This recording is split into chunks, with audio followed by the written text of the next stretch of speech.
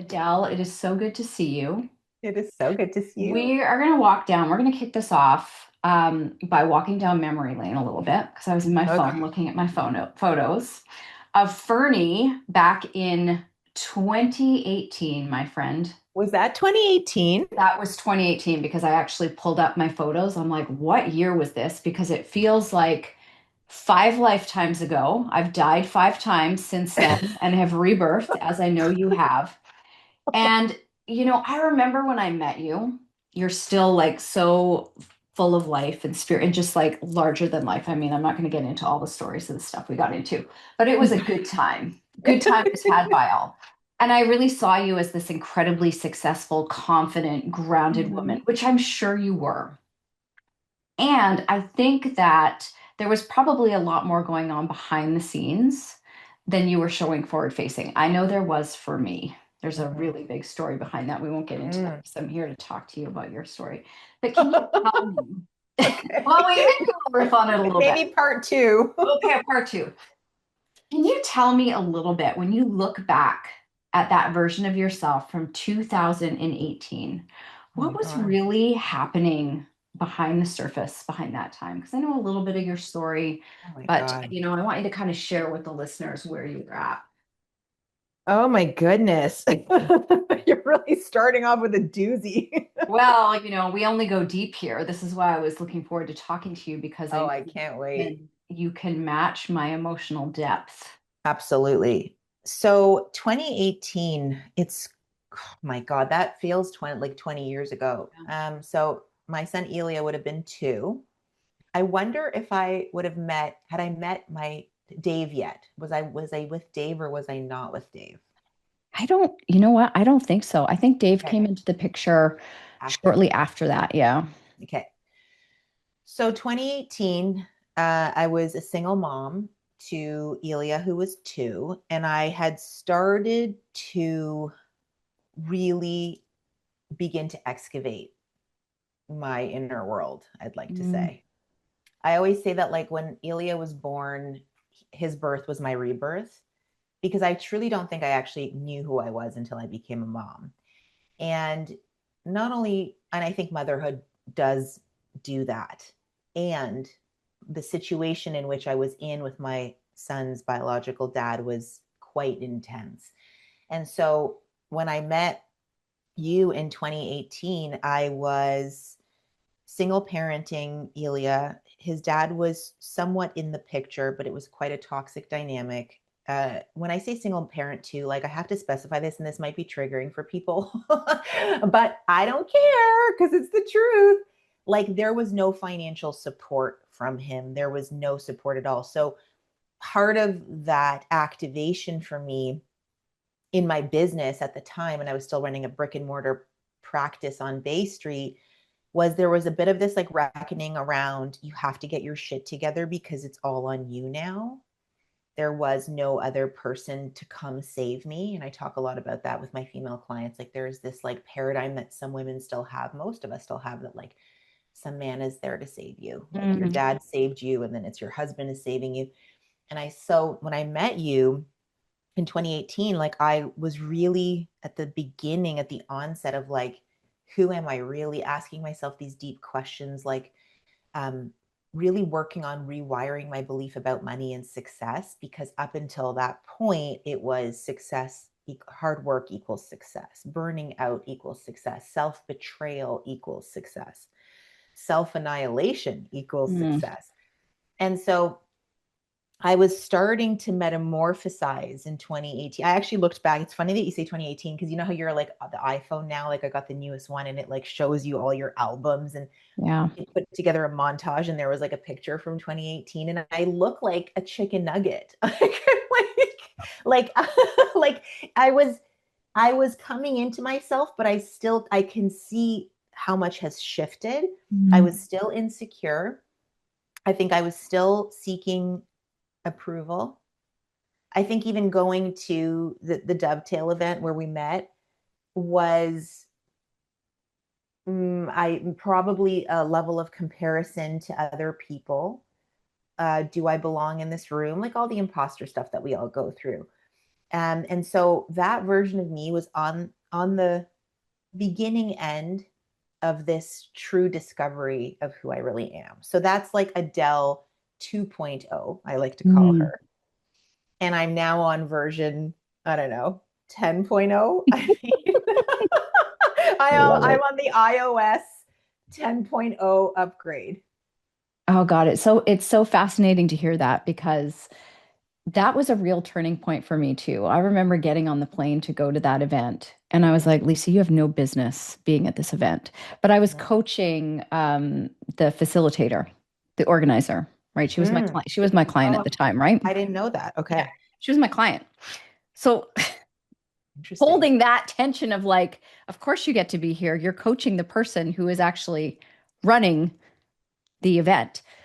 But when I got home, because I was like, I mean, I was not doing well in my business at that time, right? Holding a lot of things. Mm. You know, my practice just wasn't going the way I wanted it to. And at that time, I measured success. The only marker of success for me was dollars in the bank. Hmm. Didn't matter anything else I'd accomplished in my life. It was dollars in the bank. And I Hmm. remember I came home from that event and I was in, comparisonitis and all that, the same stuff you were. Which Comparisonitis. comparisonitis. So Is I'm, that contagious? it's interesting looking, hearing your story and going, we Yeah. were all feeling the same thing. But when I got home from that event within 24 hours, I remember going into my head and being like, Lisa, like you had no business being at that table. And it was a pivotal moment because I said, Lisa, stop it.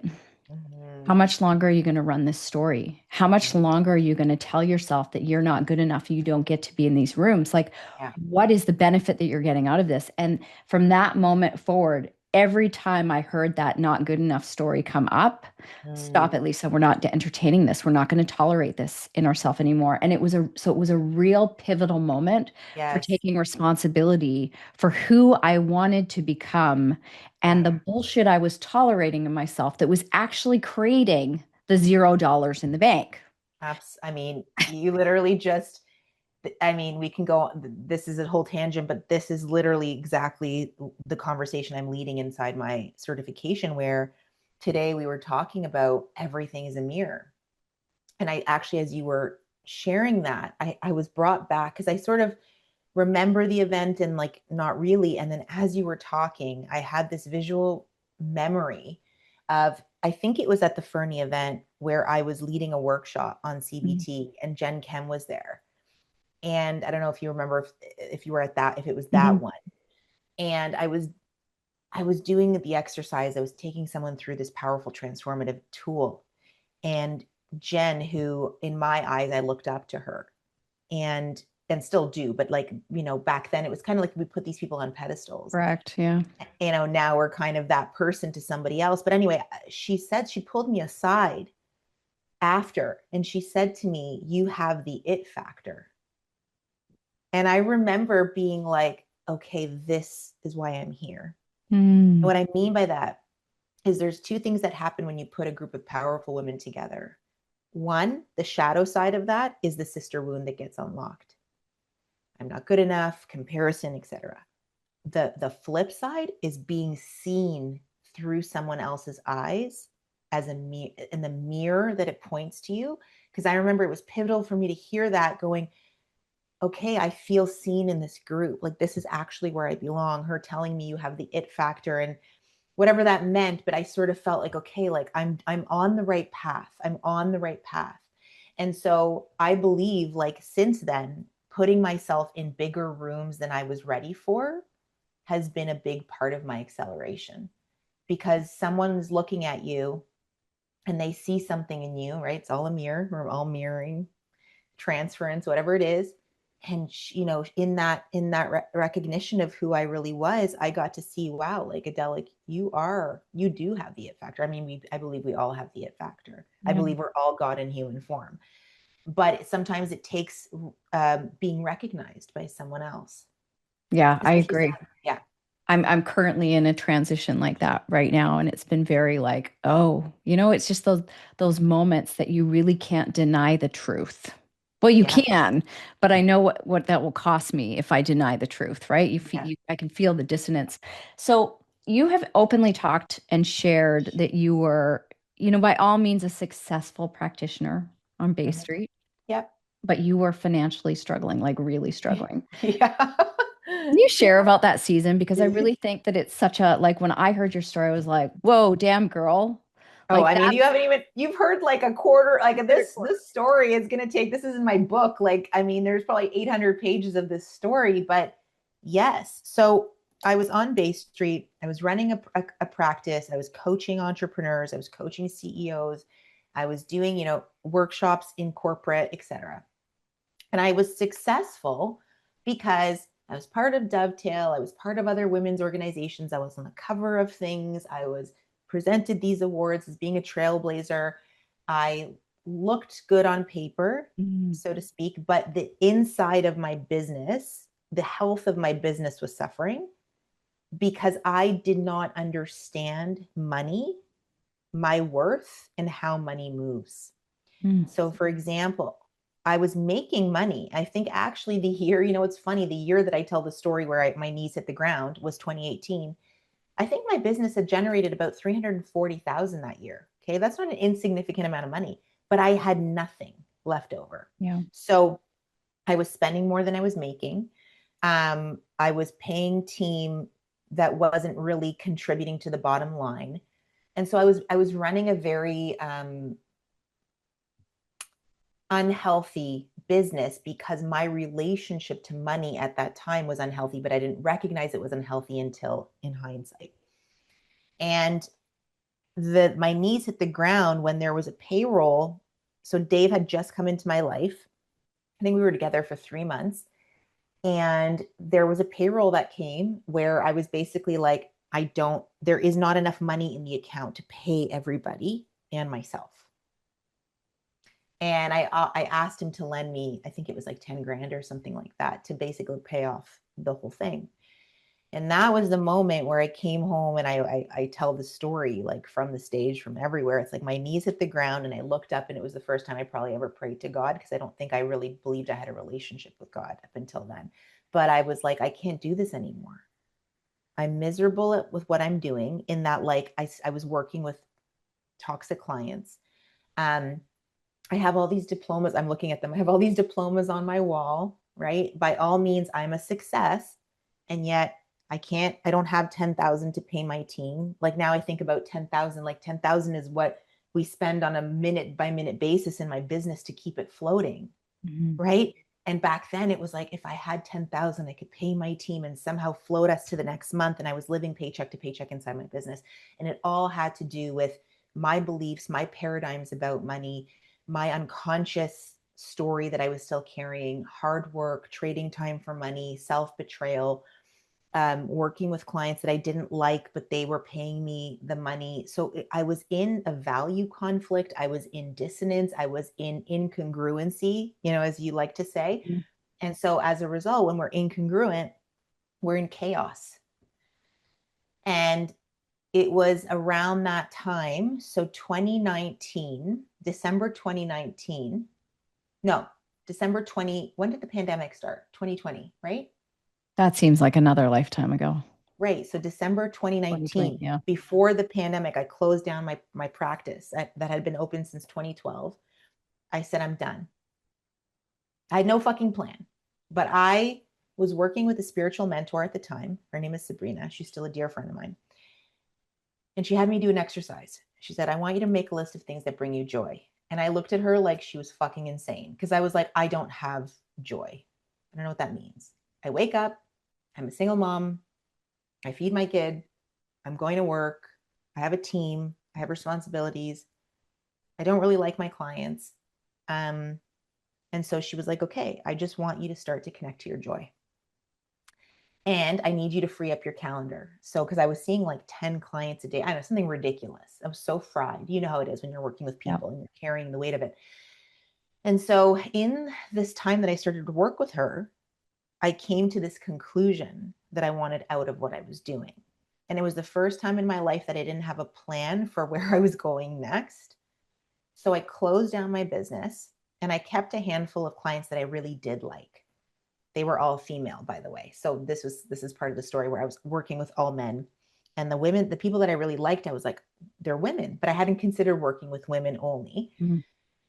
And we went online together. Basically, I'm like, I'm closing down my business like in person, but we're going to still talk on the phone or go on Zoom or whatever. And in that space, I downloaded my first program, my first online program called the CEO Blueprint. I didn't even know what that meant. It just came through as a channel. I still have it here, actually. This, no word of a lie, this orange folder. Let me just show this to you. Okay. And I sat down and I mapped out what this program would be. Amazing. And this right here created me my first $1 million in 8 months. Amazing. And it was all me allowing myself to be uncomfortable, to not have certainty, and to allow God and the universe to guide me. And so in that space, I started downloading all these ideas of what the program would be. And it's all the work I teach, inner child work, childhood conditioning, family systems, put it all together, CBT, and ran a 4-week program, launched it. It became an ascension ladder of like different programs. Within 8 months, we generated our first 7 figures in the business. And that was it. It was like a complete, that's what I call a quantum leap, where you're going from this to this in such a short amount of time that it doesn't even make sense. It's amazing. I love it. What I hear is you are acting with certainty in the uncertainty. Yes. And it's such a key. Yeah, I think, yeah, I love that. I was acting, you know what it was? I think for the first time, I actually embodied loving detachment. So I had understood it as a concept like, okay, people say with manifestation, like, focus on the desire, but detach from the how. Hmm. It's loving detachment. Yeah. But because my knees had hit the ground and I had nothing to lose, I was actually acting from a beginner's mind. And that beginner's mind is so powerful because you're not projecting what you think is going to happen.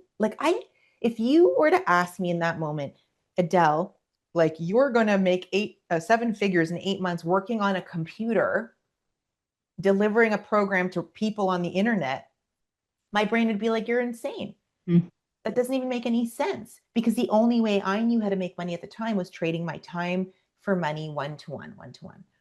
And I went from one to one to one to many. And so that collapsed time. So I was I was living in this embodiment of loving detachment because I actually didn't know what the fuck I was doing. And that novelty and beginner's mind is so powerful because you don't even know what to expect. No. And you had no, I think what trips up a lot of people is they pull their past history in. Mm-hmm. Look at all the things they did in the past, and then Yeah. they try and bring it in to create the future. But because you'd never done this before, you didn't even have any past history to pull. You were just like, I don't know what I'm doing. I'm I was just making it gonna up move as I was forward. going along. Yes, I was making it Amazing. up as I was going along. I absolutely love. So you actually invested a significant amount of money that you didn't have to do this as well. Yes. Like $100,000, I think, that you did not have. Yeah. What in you allowed you to be able to cross that threshold of saying, I'm going to act with certainty in the uncertainty, and I am so certain of what I'm going to create for myself from this place of being detached, which a lot of people are like their brains are bleeding right now as they're listening to Oh, me. I oh get it. yeah. Detachment is a really hard concept for a lot of people Yeah. to understand, which I get. How did you get yourself to that place? Because I don't think that everybody is hardwired or built that way. So I'm gonna lovingly disagree with that. So here's what I Mm, mean. We're all hardwired to take risk. That's actually how we learn. But the middle class mindset that is ingrained in most people tells you don't take risk or take very calculated risk. And I was working at that time with Sabrina, this one spiritual mentor. And then I met my second mentor, David. And he was the first person that started teaching me the laws of the universe. So he was a disciple of Bob Proctor. And I was studying with him. I was studying with him in like a morning study group.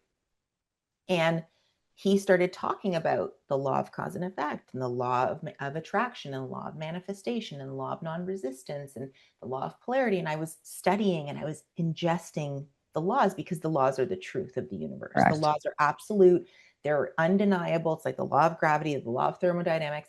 And I became obsessed with understanding the laws as I was like doing a lot of inner healing around my wounds and all this. And so when I wanted to work with him one-on-one, at that time, his coaching for the year was 100,000 US. And it made no sense for me to say yes to that because, like I said, I was like living paycheck to paycheck. But he said to me, and this was probably, if I had to think about what is the biggest unlock that I've ever had, that I continue to teach my clients, that I still to this day believe is the biggest unlock, is this.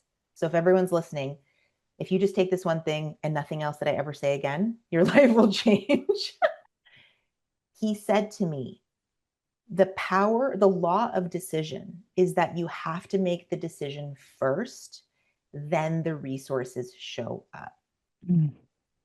You have to decide. So I say now, I go first, the universe responds. But from a quantum physics perspective, like this is true, measurable quantum physics, mathematics. Like this is actually how the universe works. And I now know this from such an absolute place because I've done it over and over again and I've seen people do it over and over again. So the minute I decided I want to work with him for a year, I want this coaching. I know in every fiber of my being, this is the man that was sent to me for this transformation in this moment. I felt it in my bones. And I trusted him enough and I tethered to his belief in me. So he used to say to me, believe in my belief for you for now. And he said, and I said, well, I don't have the 100 grand. And he goes, okay, well, if you were to find it, where would it be? He's like, because you have the money. The money is going to show up the minute you decide. So I said, okay, well, I want to do the program with you. So then he's like, great, let's get curious about how we could do that. And so he gave me homework, sit down and think of all the ways the money is hiding in your life right now. And I said, okay. So that night I started thinking about all the things and I came up with a plan and it was actually right in front of me the whole time.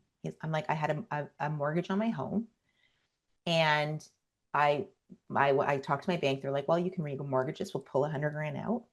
No problem. And there you go. And I paid for it in full. Mm. And I thought to myself, and that was the year that I went to 7 figures. So in doing that, that Yeah. first unlocked the 7 figures because people want to make the money, but they don't understand that you have to also invest the money. You have to go first. You have to say, you're showing the universe, I'm serious about this. And for me, 100,000 at that time, like right now, 100, like, and I'm not saying this to be pompous, but now $100,000, honestly, I don't even notice it's gone in the account. But then 100,000 was like, I didn't tell my parents this because they would have thought I was like in some kind of cult. Yep. But I'm like, I knew in every fiber of my being that it was not irresponsible. I actually felt like it was my responsibility to break through and transform. And I knew that I was in the right coaching with these two people. And in making that investment, he said, when you decide, the universe responds. So I made that 100K investment. And what do you know? I think the next launch, I did like a $200,000 launch. Mm. I love this story so much, and I But it's the appreciate damn appreciate truth. Like I'll go to my you grave on it sharing it. and it's Yeah. continuous. Then I made another huge investment with Melanie and Layer in 2023. I think I spent about $500,000 in private coaching. Wow. And it was the year that I unlocked my biggest year in my business. And people don't understand, like, you know, when you say to someone, when you explain math to your kids, you know, kids learn math, 1 + 1 = 2. They're not arguing it. There's no value conflict. It's undeniable. What I've come to understand around manifestation is that you go first and you are going to bring that back tenfold. It's not even 1-to-1. It's like it can be 1-to-1, it could be 1-to-2, it could be 1-to-10. So I now really understand that we all have the power to make that choice, to make that decision. It's actually, none of us are, so I believe that we're born with this ability to understand the laws and the truth, but we get conditioned out of them through fear, scarcity, lack, middle class mindset, etc. And the work that I teach is about deconditioning people to come back to the truth, because the truth is simple. Everything that you want is here. If you have a need or a desire, it's already here for you. But you have to be the first player in the game of chess. Like, most people are sitting around going, okay, universe isn't giving me anything. It's like, because you're not fucking doing anything. Yeah. You're not even willing to spend $500 on a therapy session, and you're not willing to invest $10,000 in a program, but you want to be a millionaire. That's never going to add up. Yeah. So you true. could you could want it as far as, want it all you want, but you're not demonstrating that you actually want it. You know, what's so fascinating about this conversation is I'm listening to you and I'm thinking back on my own journey of investing, Mm-hmm. which is a little sketch, some of it, Adele. For sure. Some But of you it was a have little to sketch. you Because have to, yeah, go on. because much of my early investing in my business was Mm-hmm. fear-based. I invest Yeah. in this, this will fix my business. If I invest in this, this Mm. will fix my business. It wasn't from a place of deciding. And Yeah. that's where I am now, right? Like, I'm like, this is what's happening. Makes no sense. This is what we're doing. This is how we're going to do it. It's a Yeah. very different energetic place that I'm in versus where I was in the past. And the Yeah. friction that I've been feeling is what I brought up a few minutes ago around there's this past history of mine that always wants to creep in that I have to dissolve and say it's not relevant for where we are today. So even though this feels like it doesn't make sense, it makes Mm. absolute and total sense to me. That Oh my God. certainty in the uncertainty. Totally. And what I'm really picking up on with you is like, we've all made blunders in our investment, but part of that is, I always say to people, I don't even call them mistakes, like, but let's say mistakes. They give you so much data. Like, I would rather someone go invest and make the wrong investment and then learn the lesson from both the nervous system perspective and the data so that they don't do that again. But Mhm. what is worse is doing nothing, because doing nothing doesn't change. There's no rewiring. See, the rewiring of the mind happens in the redirection. So it's like, okay, I did this thing that didn't provide the thing I wanted. Okay, no problem. I don't have to give it meaning. I can just see it as a data point, like a scientist. Correct. Yeah. Okay, great. Now I'm going to go invest in that thing. Oh, yeah, that feels more aligned. Okay, great. I've invested so much. Like, I could tell you all the blunders, like marketing companies and this and that, 50, 60,000, 100,000, that, they sold me things that they couldn't provide. No problem.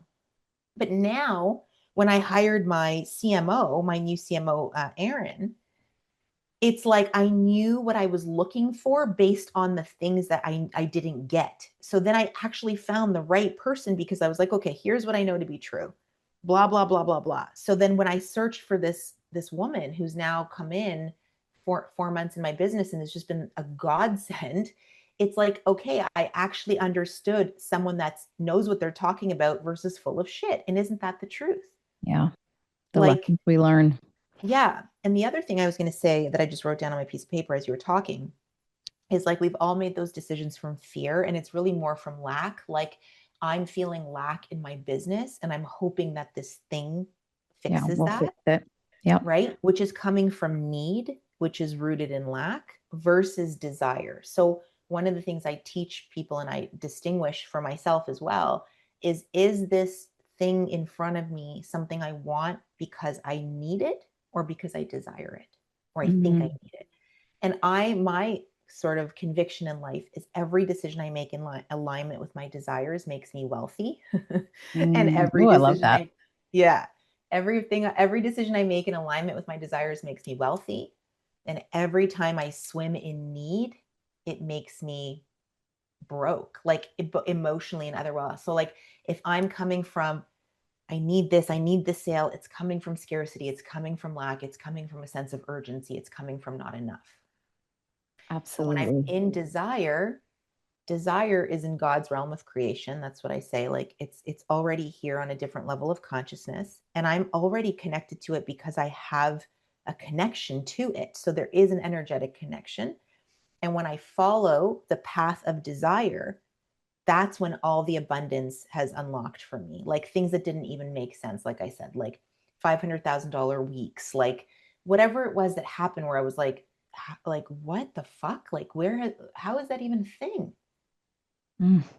So you have to look at the energetic set point, I say, of the thing that you want. And for a lot of people, I've been playing a lot with this actually since I was in Bahamas last week. I had a lot of time to reflect on things. And I was like, most people live their life in wanting energy. They want, they want, they want, they want.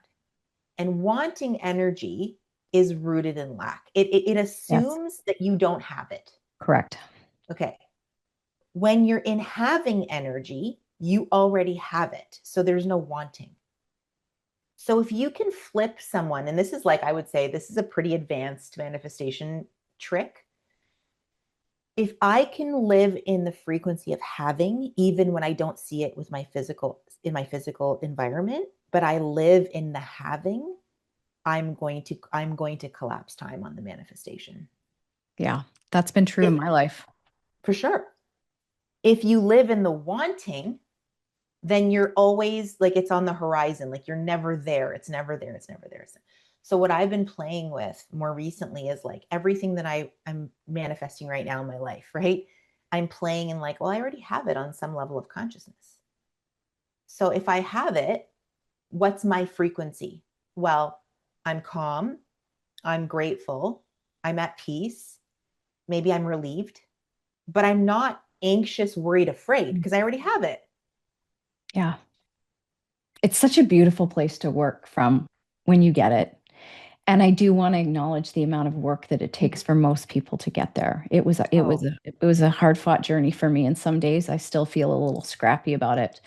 Um, yeah. and I think this might be true for you as well. When we talk about our relationship with money, there was a lot of work that needed to be done just with how I actually was in that relationship. And when I say to people, you know, how would you describe your relationship with money? It's amazing how many people don't look at it as a relationship. And I'm I like, know. well, if you neglected your partner, Yeah. do you think that they would hang out with you? So there was a lot of cleanup that I needed to do, even in terms of building my wealth around, Yeah. can I hold that wealth? Have I Mm, created the containers? Have I created the safe space within my bank accounts, but also within my body to know that I could trust it, right? When money started flowing in, I was like, I don't, I don't know if I can pay. So all this money was coming in, and I was still scared about, can I pay my bills? Can I yeah. do this? Can I do that? So I'd love for you to talk about the difference for you around Mm. wanting wealth, but also feeling safe enough to actually hold it, because I think this is a really big missing piece for people who are looking to build more wealth and abundance in their life. And I think that you can speak to it beautifully, Adele. Well, this is, This is like your whole wheelhouse. I mean, you just Yeah. are like describing my wheel. I Come to know. my masterclass. This is your love This language. is like the safe to hold it is everything. So, okay, I don't even know where to begin with this. So, let's start with a few things. Relationship to money. 1000% money is a relationship. I actually say money is my lover. Like how Mm, would I yes. want it is. It's my lover. I'm in a love romance with money.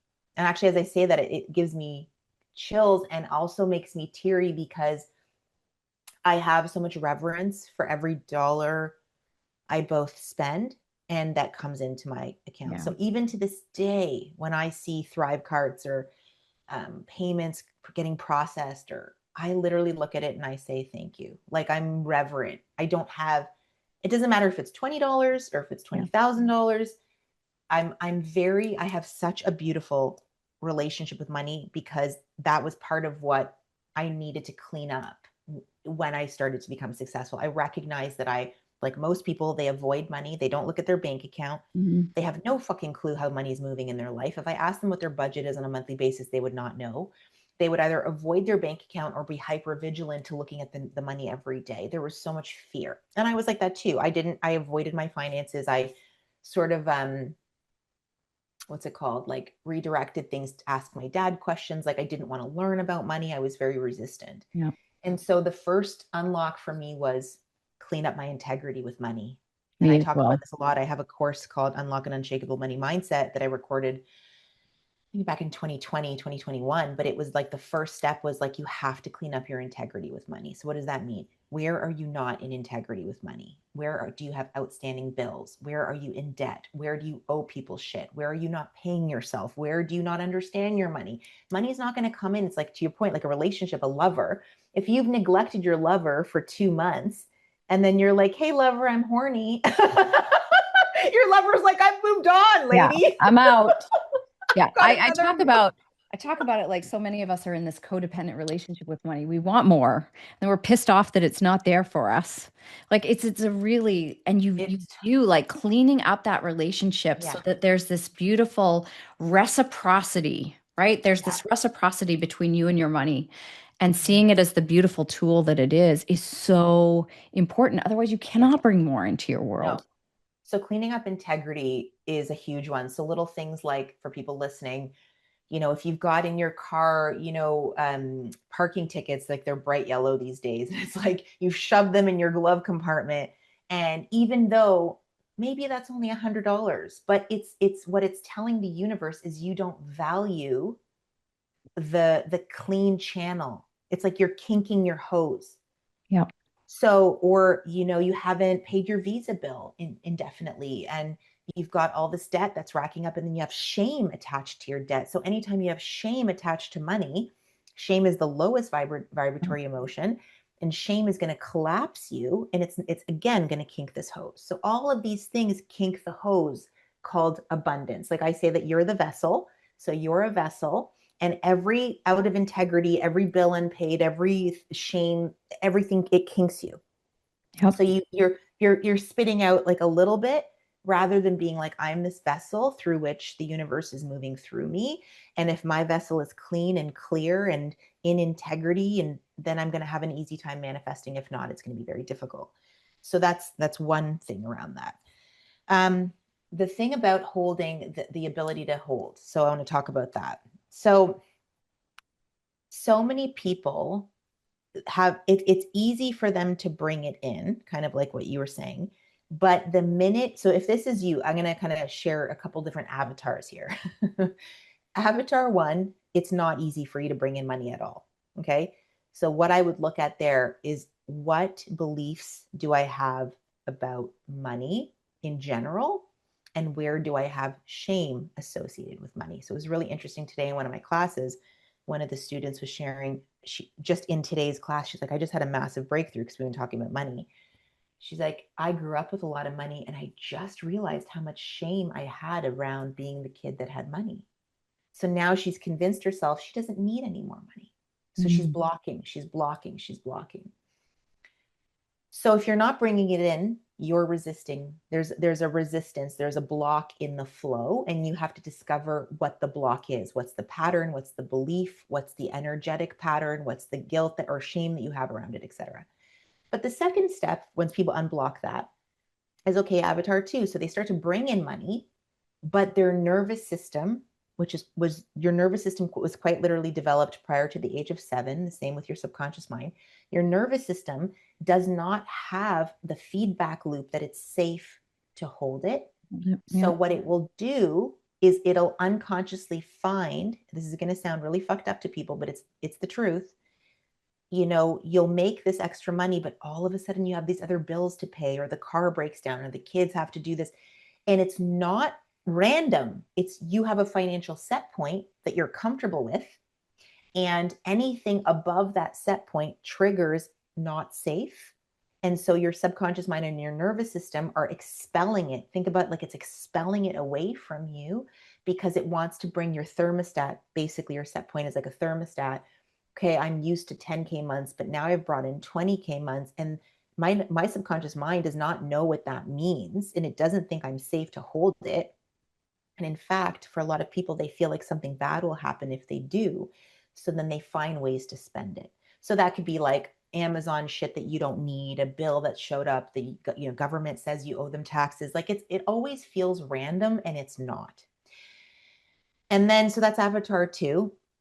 And so the work that we do at that point is, and I have a lot of tools around this, but it's like training and rewiring your both your brain, your subconscious mind, and your nervous system to feel safe, quite literally, to hold it. So it's like repeating things like, it is safe for me to receive abundance. It is safe for me to hold this level of wealth. Like, I am safe in the receiving. It's safe for me to be seen with this level of wealth, because that's another thing for a lot Yes, of it is. people. They're terrified of being judged and seen, because, oh man, I could go on for days. Being seen was scary. Being seen meant abuse. Being seen meant you were judged. Being seen, someone was going to take it from you, yada, yada, yada, yada. And this is all happening unconsciously. Like, if most people, when I take them through these layers, like over time, they're like, holy fuck, how did I not see that about myself? I'm like, Yeah. because your subconscious mind doesn't want you to Yeah. see it. It's wild when you start to see it. Like I Yeah. remember when I was rewiring my brain to hold money, like to allow I kind of put myself on a spending freeze, so to speak, because I'm like, Yeah. we're just going to allow it to sit in your bank account. Yeah. You're going to see it and you're going to see what it looks like for that number to grow and to know Yeah. that you're safe holding it. And one of the reasons that I dispelled money, which was I did like a ladder exercise, right? And why are you doing, Yeah. you've probably done this in coaching. Yeah. And I realized that the reason I was repelling money was because if I had my own money, I wouldn't be loved because Mm. that's how I felt loved, right? Like one of my love languages is gifts and being taken care of. So I kind of had the Disney princess story, right? Like if I have my own money, how am I ever going to be a Disney princess? Like nobody's going to want to take care of me. I'm going to have to Mm. take care of myself. And then I Yeah. realized, well, that's stupid. I can have my own money and I can be loved and be taken care of. But it was a big, like, it Yeah, was a for big sure. thorn to It's a pull out big, that really shifted a lot of things for me. when you have that kind of unlock and you recognize that you're linking love to, like, it's basically like I say to my clients, imagine I tell you pickles and peanut butter is delicious. Right. You'd be like, disgusting unless maybe I'm Yeah. pregnant. But that's how you've linked money and love, Yeah. money and safety. Because those two, these are two things that never belong together. Meaning, I'm going to say something that might rock the boat for people, but again, great. Money is not meant to keep you safe. It's not a Mhm. tool for safety. It's a tool to be circulated. Correct. It's Money is not energy. meant, yeah, exactly. But for a lot of people, they think they'll be safe when they have a certain amount of money. Money is not meant for, it's not a love. It's not a love language. It's nothing to do with love. It's a frequency of being of service and providing value on this planet. That's what money is. It's a tool of value, exchange, and service. So people have collapsed. They've integrated money plus this equals this, and the equation doesn't make any sense. So for the holding part, to your point, when you're working with someone on holding money to feel safe, it's exactly what you said. I have them go on a bit of a spending freeze, because there's a difference between the energy of making money, holding money, spending money, and investing money. Mhm. So for example, if I'm in like a making money phase, I'm just like, okay, all the channels are open, let's go. Make money, bring it in, bring it in. And then let's say I'm in a holding phase. Okay, now we're going to keep that money. We're going to hold that money. We're not going to be reinvesting in the business. We want to hold the money. We want to feel safe in holding. And then it's like, okay, now we want to invest. So we're going to take 50% of that. We're going to reinvest it in the business. And then we're going to put 10% to start saving or whatever. The frequency of all of those decisions is very different. But see, I didn't know any of this 10 years ago. I was just like, I need to make more money. But that's not even the problem for a lot of people. The problem is they know how to make it, they don't know how to hold it. And so if you don't know how to hold it, you're always going to have like a hole in your tire, like a what's it called? If you have a flat tire and Yeah. you keep trying to repair the tire, but you're not actually plugging the hole. You just keep putting more air in the tire. That's exactly what people do with money. Yeah. There's always a leak. There's There's always a always a leak. leak. Exactly. And so I mean, I even saw it with Dave when we first got married. Like, he would make all this money and then we'd be talking about something and I'm like, where'd the money go? He's like, I spent it. I'm like, what do you mean? You just sold a condo and got a $200,000 commission check. And he's like, and so we got to, he didn't feel safe to hold it. Interesting. And like I'd have an Amazon package at my door every day. Not me, I don't buy. And he'd be buying a new pair of running shoes, like all these frivolous things. And I'm Yeah. like, I remember sitting down with him being like, what are you doing? And we sat and really talked about it. He's like, and so then we went into like, okay, you're now your next check, like you're holding it. Yeah. I think a lot of people get into this belief that an abundant mindset is you just do what you want when you want because that's abundance. And No, that that's can actually that's a trap. it's not I do what I want. So I want to distinguish this because Yeah. thank you for saying that. This is what I mean by mental masturbation with the laws. Okay. Yeah. And like people want to take the best of the things that they're hearing and they don't want to do the hard stuff. So, for example, when I'm teaching someone the law of cause and effect, like you are the cause, okay? You are the cause, you are the creator. You want to make more money. What's the cause of making money? Sales. You have to make more sales. That's how money comes in, period. And then I say, okay, but you have to decide, you have to spend the money in order to make the money. So they like that, but they don't like the fact that they also have to be responsible for making sales. I mean, we could go on and on for hours about this, right? Because people want to get caught in the like, I'm gonna focus on the being. I'm like, you still No, have to go do the doing you to have to create the do, but you have to be conscious of who you're being when you're doing it. correct.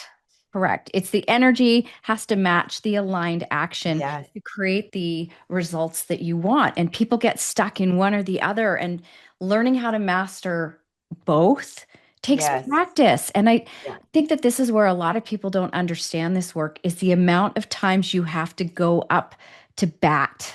Mm-hmm. It's repetitions, repetition, repetition, repetition, over, relentlessly Yeah, practicing these things yeah. until you become embodied in them, which is really like, I think something that we should talk about a little bit because we're talking Mm-hmm. about integrity.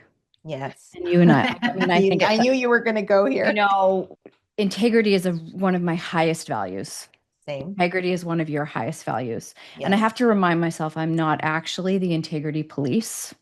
My integrity to myself is important. Working with other people who, um, Have integrity. value integrity is important. So it gets thrown around online a lot. And I know Mhm. from my perspective, and we're not going to throw anybody under the bus, but I see a lot of people working out of integrity. They're not actually living the work. They're talking, the words are coming out, but they're not fully embodied. And I'm not saying that I'm 100% in integrity all the time, nor are you. It's not possible. We're Yeah. human. But the commitment to always come back to being in integrity with my work is so important to me because how can I lead others if I'm not? So Mm. what does integrity actually mean to you now Oh. versus maybe how you defined it in the past? Girl, I mean, I feel like we could talk. This is everything. Oh. I'm like, I need to collect my We're thoughts. going to have to do a three-part series. I'm happy We're going to to. have to So come back and have a deeper conversation on all these I'm happy to. so So let fun. me just kind of let me riff on this. So this is something I've been thinking about a lot, and actually a big part, and I think I shared this with you, of why I created the certification program that I have is because I believe part of my purpose is to properly train other coaches in my methodology so that there is integrity across the board in the coaching space. Hmm. Meaning you can't do a 3-day seminar and call yourself, you shouldn't be able to do a 3-day seminar and call yourself a coach. So, for example, in the way that I lead the certification, it's 6 months and they're going through their own deep shadow work first. They have to go through the tools themselves before they teach them. So back to integrity. So I have riffed on the internet and you've heard me say this over and over again. There is so much fucking bullshit out there. And what I mean by that is there's a complete lack of embodiment and alignment and integrity from what people are saying and how they are living. And that is creating so much dissonance, friction, lack of trust. Mm, it's really eroding the trust in, I think, an industry that is so important. And I have so Agree. much faith in the coaching industry. Like I actually was reading a statistic recently where I mean, I think it's a $7 billion industry now, but in the next 5 years, it's going to 12 billion with like, I think with AI and so much uncertainty in like careers and professions, like a lot of people are recognizing the power of creating your own economy. So I have a lot of faith. That being said, I think we're in a clean out phase. How I've seen it is everybody that has needed to be cleaned out is getting absolutely fucking cleaned out through the ringer, so that the people like you and me and the various others who are doing this because for the right reasons, meaning I would be doing this no matter what. Like it's not this or something else. There is no Yeah. something else. This is my God-given purpose. I'm doing it on hard days. I'm doing it on great days. I'm doing it on awful days. I've done it through 5 years of court battle. I have Yep. proven that this is my path and I'm here to stay. And I think that what's happening is there's a reckoning in that because consciousness is raising so rapidly, people are becoming allergic to the lies. So they're feeling like this person is so full of shit. They're not living their work. And again, integrity to me used to be morality, right and wrong. It's not. Integrity is like thinking about the spokes of a wheel. Like they all have to be working in unison, in alignment. Like I have to be whole in what I'm doing. I have to be embodied. I have to be living and breathing and speaking the truth that I'm teaching. And that doesn't mean that I have to be in integrity everywhere in my life, meaning this is the distinction, I think. If I'm teaching money, let's say I'm calling myself a money coach or whatever, but I am broke. I have a terrible relationship to money, but somehow I feel I can be teaching money. That's out of integrity. But Hmm. let's say I'm a money coach and I'm all in alignment there, but my relationship is struggling. That's okay because I'm human. I don't need to be perfect across the board. But it's when I see relationship coaches who are cheating on their partners and I see money coaches who are literally teaching success, but they're broke. That is the biggest out of integrity. Yeah. And so, yeah, go ahead. I was going to say business coaches who've never actually built a successful business. Exactly. So for me, integrity is twofold. One, it's the integrity I have with myself. So am I honoring my word as law? So when I say I'm going to do something, am I showing up for that to the best of my ability? And to others, it's again, my word is law. If I say that you and I are going to do this thing, we are going to do this thing. And if we need to reschedule, that's okay. That's an integrity because we are communicating that need to shift the time around. But I'm not ghosting. I'm not completely fucking off on the commitments. I am honoring my word because my word is law. It's the only thing I have on this planet. It's absolutely unequivocally the most important thing that I have. So what's happening is there's out of integrity, meaning like people are not living their work, but they're also have shitty relationship to their word. Their They word means do. nothing. They're like, oh yeah, we'll do this thing, and then they don't. It's so fascinating to me because I talk a lot about self-integrity. Mhm. And what most people are quite good at is being in integrity with other people. Of course. And the concept of self-integrity, keeping promises to themselves is nil. That's at the bottom of their list. And Yeah. it's like that for me, it's such an important driver. Like it doesn't matter if I keep promises to you, if I'm constantly abandoning myself in the process, what does Mhm. that say about my relationship with myself? Right and correct. But the reason why it's easier for people to keep integrity with others is because it's coming from people pleasing and the Correct. need to feel attached to other people and not feeling abandoned. So it's actually not integrity, it's wounding. Yeah. So Yeah. that's what I mean. Like we're collapsing, like, oh, I'm people pleasing my way to try to get my needs met. But Yeah. that's not integrity because if you, and so that's why for me, integrity, you're right, it starts here. If I'm dishonoring myself, there is no way I can be integrity with anyone else. No. Such a fascinating topic. So how do you personally stay in integrity now? Because I know, you and I, although I don't know everything that you've gone through. You don't know everything that I've gone through. Mhm. But I do know that one of my most proud moments was in 2023 when my life unraveled. And I was like, wow, you are really like Lisa, like you are really living in integrity with your work. Like what you coach is you are Mhm. literally walking through right now and holding that line. And that was really important for me to Mhm. do and be Yeah. human through it, right? It was a Yeah. very hard time in my life. How do Mhm. you stay in integrity now as your platform continues to grow and as your influence has continued to grow? What are your checks and balances, Adele? I honestly think that I have embodied, I'm at a place where the truth lives through me, meaning like Mhm. it's kind of like when I was first becoming this person and on my journey of identity ascension to get to this place, it was like I'll give you some examples. Like 2020, I remember Dave and I were pregnant and I had a miscarriage, and it was Mm. during COVID lockdown, my 40th birthday, and and I was pregnant, but like at 10 weeks there was no heartbeat, and my body was not miscarrying on its own, so I had to go get a DNC. Mm. And I remember sitting in the waiting room, and I remember hearing my mentor Sabrina. She was saying to me, everything's happening for your highest and best good. And I was sitting there repeating as a mantra right before going in for the surgery, everything's happening for my highest and best good. I chose not to be a victim in that moment and see the truth. And I can tell you tales of this, like then going through court with my son's dad, and having to relocate because of our safety, and having to press charges because he was threatening to kill me, and having to move around because of the advice of the Toronto police. Like all these things were happening, and every time they were happening, I was repeating, everything is happening for my highest and best good. Yeah. Like quite literally, it was my mantra. It's like, there is a bigger picture here. This is all unfolding in perfect, divine, orchestrated things. I was doing the work. I was reparenting myself. I was getting support from therapists. I was getting support from coaches. I was staying in full alignment with the work.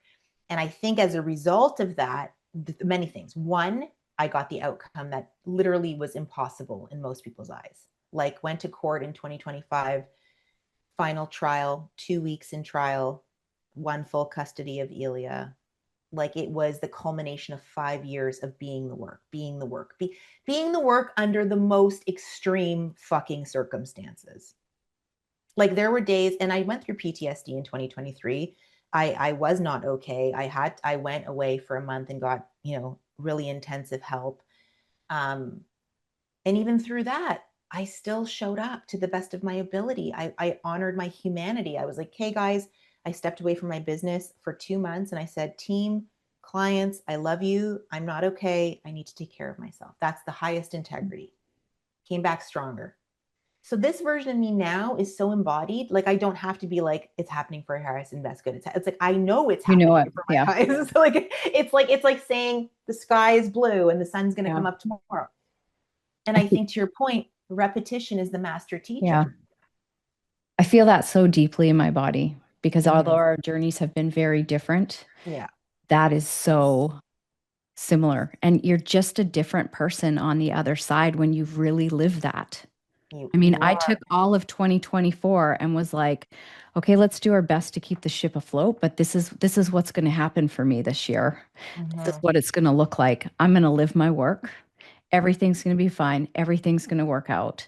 And it has in ways that I would have never expected it to, but we're not supposed to know. We're not supposed to know how, right?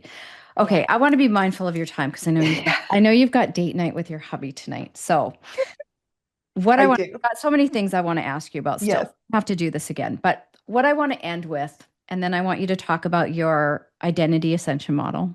And I think Okay. you've got a masterclass coming up too. I So I want you to I tell all do. the people about that. Okay. How would you define success today Mm-hmm. versus the version of success you were chasing years ago? Oh, oh, that makes me want to cry for some reason. I I know. think I know. I think the chasing of success was trying to get my mother's love, to be honest, and approval and Yeah. validation that I didn't fuck up my life, because she wanted me to be a dentist and take over her practice. And I was on the road to becoming a dentist or a doctor, whatever. And I pivoted and I followed my intuition. And I think my initial version of success was, don't be a fuck up, basically, like prove everybody wrong. And so the money came at the expense of my soul, right? Like I shared in that past iteration of my business.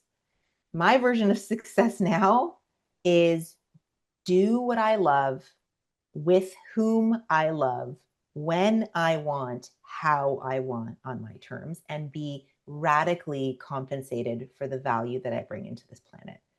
Like it's completely different, but it means I start my day and I don't start work till 11 a.m. most days, and I work till 2 or 3. Like this is rare that I'm working at this time, but it's like you. So of course, but I work 3 hours a day.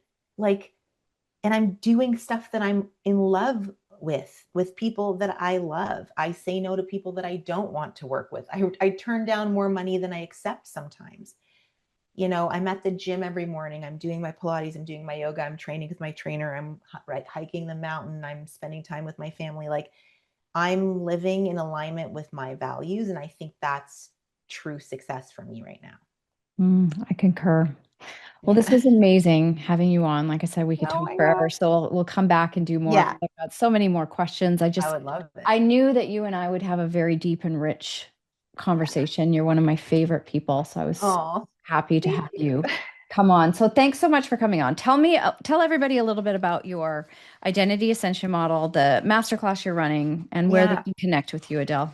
Okay. So, first of all, I love you. Thank you so much. This has been, yeah, so rich, and it means a lot to me. So, next Wednesday on May 20th, I'm hosting a free masterclass, and it's all about breaking through your financial set point. And if Mm, you loved what we were talking about today, it is a sliver of what we will cover next week. And so we can link that up for the people. And my Instagram is the best way to find me. So we can link that up for the people as well. amazing. And really, the masterclass is a taster of, as I was mentioning, my certification program, which is called the Identity Ascension Method. And it is a 6-month incubator to truly transform you from the inside out, and also train you to do this work with other people if you so choose. So it's kind of like a personal growth and development journey at the deepest core level. And then, if you so choose to bring this work into your life, your practice, this is great for other coaches. I have a lot of naturopaths in my community, physicians, dentists, like people who are seeing that we need to go beneath the surface with people in any endeavor. And so the first cohort is running right now, and we have about 40 women in there, and it's been 6 weeks. And like, honestly, the level of transformation, people are like, this is like 25 years of therapy in 6 weeks. Like, it is wild how much we're compressing time. And so the masterclass on the 20th is giving people a taste of the second cohort that's going to be running. And that's my last and final cohort of this year. And so we'll link up all the things. Come to the free masterclass. There's no pressure. Even if you just come to that 90 minutes, you're going to get so much value. And then if you want to learn more about the certification, I'll be sharing more about that at the end of the masterclass. Yeah. I think I told you I was on your last Yeah, masterclass. I I always remember. You love were on the supporting beach my though. colleagues. I was on the beach, but you were doing a future self meditation, and I'm like, I'm Yes. literally living the dream that I had for Yeah, myself one day. It was really, really powerful to be in it. As you that were is so walking me through it, powerful. I was like, this is wild, because once upon a time this was my dream, and now here I am. So thank you so much, Adele, for Thank coming you. on. Have such a beautiful date Thank night with you. your hubby. We Enjoy. will. We And will. thank you for everything you shared. I know it's going to land so powerfully with my audience. So we I will hope talk so. soon. Okay, lots of love. Take good care. Bye. And that was Adele Tevlin. And I told you we were going to go deep. So, if something in this conversation landed in your body, if you recognize yourself in the gap between the success you've built and the way it actually feels to live inside of it, do not let that recognition pass you by, because that feeling is information. It is your life telling you the truth about where you actually are. And the worst thing you can do with it is talk yourself out of taking that seriously. So, Adele is hosting a free masterclass this Wednesday, May 20th, called Recoded: Shatter Your Financial Set Point. So, if anything she said about wanting versus having, or about the safety to actually hold wealth, hits something true for you, this is where you're going to want to go next. So, the link to register, along with her website and all her social handles, are in the show notes. So, until next week, make sure you head over there, register for that masterclass, and I will catch you on the next episode of Congruent. Thanks for being here.